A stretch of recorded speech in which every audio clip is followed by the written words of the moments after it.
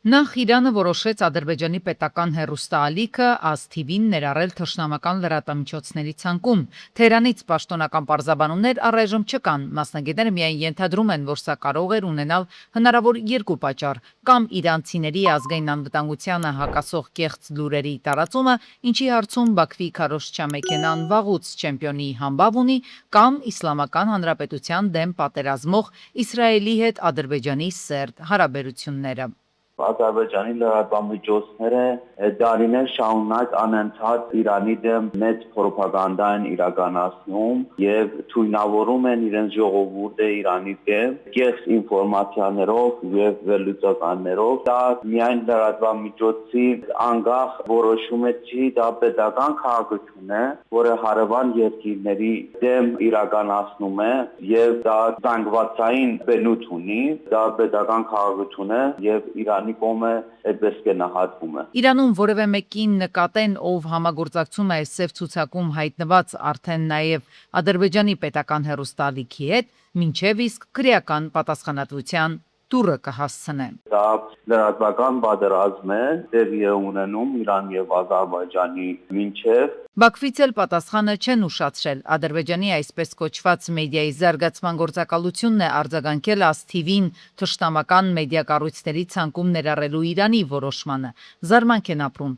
հիշեցնում ադրբեջանական օրենսդրությամբ ամրագրված փոխադարձության սկզբունքի մասին, երկրի տարածքում անօրինական ճանաչում իրանական Մեհր լրատվական գործակալության եւ եւս մեկ հեռուստաալիքի, ինչպես նաեւ դրանց ներկայացուցիչների գործունեությունը։ Գործակալությունը նաեւ կոչ արել տեղական լրատվամիջոցներին եւ լրագրողներին չգործակցել այս լրատվամիջոցների հետ։ Եվ Իրանը եւ Ադրբեջանը միմյանցից որոշակի սպասելիքներ, ակնկալիքներ ունեն եւ ըստ էության դրանք չեն բավարարվում եւ խնդիրը հասնում է մեդիայի սահմանափակումներին։ Բաքվի դեպքում իրավիճակը պետք է նայել նեղ եւ լայն պրիզմայով։ Բաքվի ավտորիտար եւ ավելի աշխարհիկ վարչակարգի համար մեծ ներքին սպառնալիք է կազմակերպված իսլամական ընդդիմությունը եւ նույն ալիքները, որոնք որ փակվել են, Մեհրը եւ Սեհերը, այնտեղ բարբերաբար եղել են նաեւ հրապարակումներ, որոնք կարող էին ուղղակի ազդել հենց խիստ իսլամական ուղղվածություն ունեցող այդ ընդդիմության վրա։ Մյուս կողմից ըստ մասնագետի Ադրբեջանին անհանգստացրել է նաև իրանական մեդիայի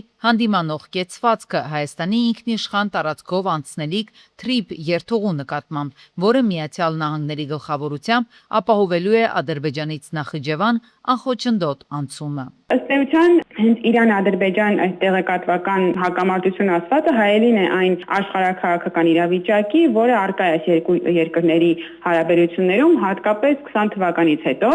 եւ այս մեդիա սահմանափակումները ըստ էության սեփական անվտանգային համակարգերը պաշտպանելու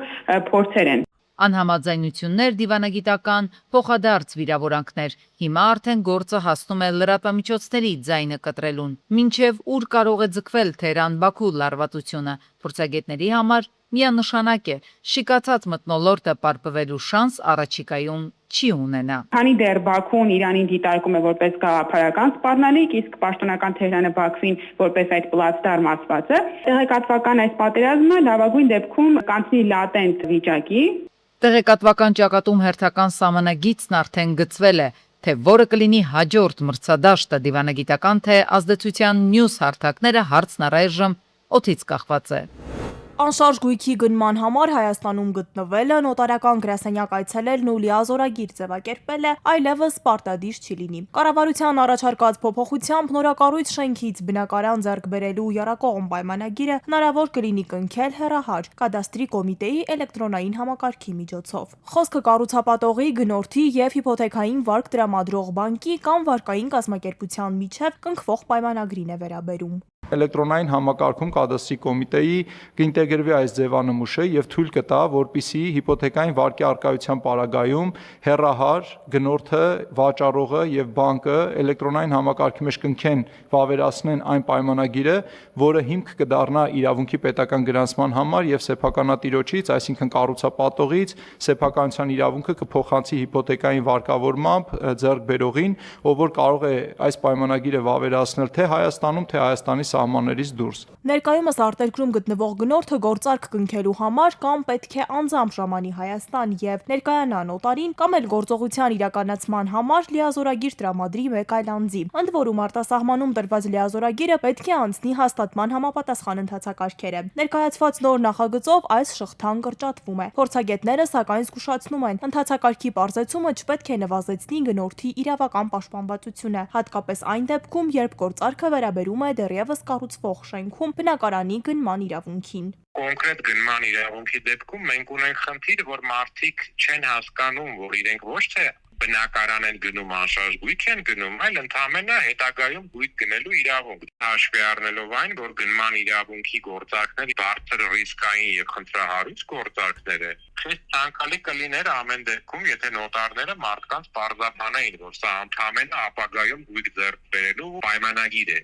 Նոտարական գործարքի ժամանակ նոտարը պարտավոր է կողմերին պարզաբանել պայմանագրի էությունը, հիմնական պայմանները ու հնարավոր հետևանքները, նշում են մասնագետները։ Մյուս խնդիրը նրանց կարծիքով գործարքի անվտանգությունն է։ Էլեկտրոնային տարբերակը պահանջում է ոչ միայն պայմանագրի պայմանները հասկանալու բավարար գիտելիք, այլև անձնական տվյալների եւ նույնականացման միջոցների պատշաճ պաշտպանություն։ Այլապես հնարավոր կդառնան ուրիշի անունից գործարք կնքելու, հաշիվներ խուժելու կամ էլեկտրոնային ստորագրությունը ապօրինի օգտագործելու փորձ։ Շատ դեպքեր են լինում, երբ որ զեղծարարները անձանց անունից ֆոտրում են էջեր, վարկեր են վերցնում։ Հիմա այս նույն դեպքում են պատկերացրեք, որ ինչ-որ մի զեղծարար էլեկտրոնային հարթակը ֆոտրեց եւ ինչ-որ մի կիբեր հանցագործություն կատարեց։ Այսինքն այդ ռիսկը միշտ կա։ Ինչ վերաբերում է մտավախությանը, թե հեռահար գործարքները կարող են հեշտացնել այլ անձի անունով գույք ձեռք բերելը, մասնագետները շեշտում են, իրական շահառուին թաքցնելու հնարավորությունը կախված չէ պայմանագրի կնքման եղանակից։ Շինծ ու գնորդը կարող է ներգրավվել ինչպես թղթային, այնպես էլ էլեկտրոնային գործարքներում։ Բարձրագույն կրթության ոլորտում առաջիկա տարիներին կարող են ուժի մեջ մտնել խաղի նոր կանոններ։ Կառավարության կողմից շրջանառության մեջ դրված նախագծով առաջարկվում է հաստատել բարձրագույն ուսումնական հաստատությունների եւ բարձրագույն կրթական ծրագրերի լիցենզավորման նոր կարգը։ Ըստ այդմ սահմանվելու են միասնական պահանջներ ոչ միայն բուհերի ինստիտուցիոնալ կարողությունների, այլ կրթական ծրագրերի բովանդակության, ակադեմիական կազմի, ենթակառուցվածքների որակի ապահովման եւ շարունակական վերահսկողության համար։ Նախագծի ընդունման արդյունքում կրթական ծրագրերը կկառուցվեն եւ կգնահատվեն որակավորումների ազգային ու ոլորտային շրջանակների, չափելի ուսումնառության վերջնարդյունքների, կրեդիտային կառուցվածքի, աշխատաշուկայի, գիտության եւ հանրային կարիքների հիման վրա, ինչը կնպաստի հետազոտահենք կրթության շրջանավարտների մրցունակության, որակավորումների միջազգային ճանաչելիության եւ ծրագրերի շարունակական բարելավման ապահովմանը։ Բուհերին ներկայացվելիք լիցենզավորման պարտադիր պահանջներից մեկն էլ ներառելու է հետևյալ պայմանը. բուհը կարող է ստանալ լիցենզիա միայն այն դեպքում, երբ նախատեսում է կազմակերպել առնվազն 4000 ուսանողի կրթություն, բոլոր տարիների սովորողների հաշվարկով։ Մինչև 2028 թվականը գործող բուհերի եւ կրթական ծրագրերի վերալիցենզավորման նպատակը ըստ պաշտոնական հիմնավորումների փուլային եղանակով ամբողջ համակարգի նոր պահանջներին համապատասխանեցումն է։ Մասնագետները սակայն նկատում են, միջազգային պրակտիկայում ուսանողների թվի նկատմամբ սահմանափակումները չեն կիրառվում։ Այդ պահանջը օրենքի մեջ է գրված եւ նրանք հիմա այդ օրենքից ելնելով պիտի ենթաօրենսդրական ակտեր անեն, որոնցից մեկն էլ դա է եւ այնտեղ այդ 4000 թիվը գրված է։ Իրենք օրենքով ճիշտ են անում, բայց դա տրամաբանությանը եւ մեր բարձրագույն կրթության ոլորտի զարգացմանը լրիվ հակասում է։ Այս չափանիշը մասնագետների համոզմամբ գործնականում կարող է ծանր հետևանք ունենալ հատկապես մարզային եւ մասնագիտացված բուհերի համար։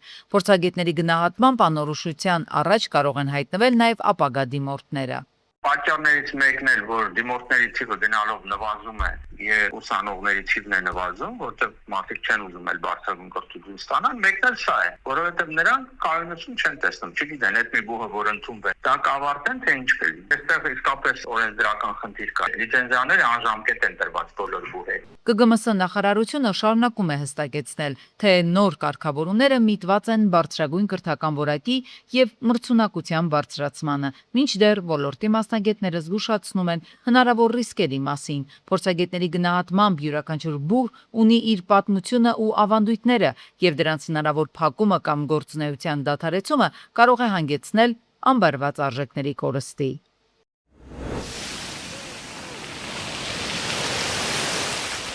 Ամառը ակտիվ հանգստի, ճանապարհորդությունների եւ բացօթյա ժամանցի անցկացման ամենահարմար շրջանն է համարվում։ Շատերի համար սպասված ամառը սակայն ունի նաեւ իր նեգատիվ, վնասակար դրսևորումները։ Որպես կանոն դրանք կապվում են սահմանվածից բարձր ջերմաստիճանի եւ օրգանիզմի վրա արևի ունեցած անցանկալի ազդեցության հետ։ Նշված գործոնները կարող են ոչ միայն անհարմարություն պատճառել մարդկանց, այլև լուրջ վտանգ ներկայացնել նրանց առողջության համար։ Մասնագետները զգուշացնում են, արևահարությունը բժշկական շտապօգնություն պահանջող վիճակ է, որի հետևանքները երբեմն կարող են անդառնալի լինել։ Մասնագետների պարզաբանմամբ արևահարությունը հիմնականում տեղի է ունենում այն դեպքերում, երբ օրգանիզմը այլևս իզորու չի լինում կարգավորել մարմնի ջերմաստիճանը։ Արդյունքում այն կարող է բարձրանալ մինչև 40 աստիճան եւ ավելի, ինչն արդեն վտանգավոր է կյանքի համար։ Մենք նախընտրում ենք ավելի բաց գույնի թեթև հագուստ կրել, որը իհարկե ջերմությունից է պաշտպանում, տաքանալուց, բայց արևից չի պաշտպանում։ Եթե մենք հենց արևից ենք ուզում պաշտպանենք, դա պետք է լինի գույնի հագուստ, թեթև գործվածքով, որ չտաքանանք։ Գլխարկներ պարտադիր էլի լավ կլինի, որ ցանցային չլինեն, որովհետեւ ցանցը նույնպես բաց է թողնում արևի ճառագայթներ, պարտադիր պետք է կրել արևապաշտպան ակնիկներ, պարտադիր պայման է, որովհետեւ մեր աչքերը երևի թե ամենազգայունն են արևի լույսի ճառագայթների նկատմամբ եւ ամենահեշտը կարող են վնասվել։ Տարածում գտած թյուր կարծիք կա, թե արևահարությունն անցողիկ երևույթ է, բժիշկները սակայն հակառակն են պնդում, նշում, որ ծանր դեպքերում այն կարող է հանգեցնել անգամ ուղեղի այտուցի, սրտի եւ երիկամների աշխատանքի խանգարման, նյարդային համակարգի վնասման, ցնցումների, կոմայի եւ նույնիսկ մահվան։ Իսկ անհրաժեշտ օգնության ուշացման դեպքում էլ արևայրուքի որոշ հետևանքներ կարող են մնալ ամբողջ կյանքի ընթացքում։ Ամենախոցելի խմբում են փոքրահասակ երեխաները, տարեցները, հղիները, սիրտ-անոթային եւ քրոնիկական հիվանդություններ ունեցող մարդիկ, ինչպես նաեւ նրանք, ովքեր երկար ժամանակ աշխատում կամ մարզվում են բաց երկնքի տակ։ Ճառագայթները կարողանում են թափանցել նաև գլխամաշկից եւ ազդեցություն թողնել նաև ուղեղի հյուսվածքի վրա։ Դա էլ է, ասենք, շատ հաճախ արևի տակ երկար մնալուց հետո մեր բաց գալը պայմանավորվում է, որ ուղղակիորեն այդ ազդեցությունը կա։ Իրականում ցանկացած օրգան համակարգի վրա արևի երկարատև ազդեցությունը կարող է թողնի։ Մասնագետները հիշեցնում են ամառային հանգստի օրերին անվտանգության պահպանման անհրաժեշտության մասին եւ շեշտում ալկոհոլային եւ կոֆեինի մեծ չափականակ պարունակող ըմպելիքները նպաստում են ջրազրկմանը, իսկ ծանր ֆիզիկական ծանրաբեռնվածությունը շոկ եղանակին բազմապատկում է արևահարության վտանգը։ Նրանք նաեւ նշում են, որ ժամանակին ցուցաբերված առաջին օգնությունը կարող է կյանք փրկել եւ հավելում, որ խելամիտ ու չափավոր մոտեցման դեպքում արևը կարող է լինել առողջության մեծ բարեկամ, իսկ անուշադրությունը հատկապես ամառվա ամենաշոկ օրերին մեծապես կարող է վնասել առողջությունը, իսկ ծանր դեպքերում անգամ կյանք արժենալ։ Մասնագետների խորհուրդը մեկն է պաշտպանվել արևից, հետևել սեփական ինքնազգացողությանը եւ առաջին վտանգավոր ախտանշանների դեպքում անմիջապես դիմել բժշկի։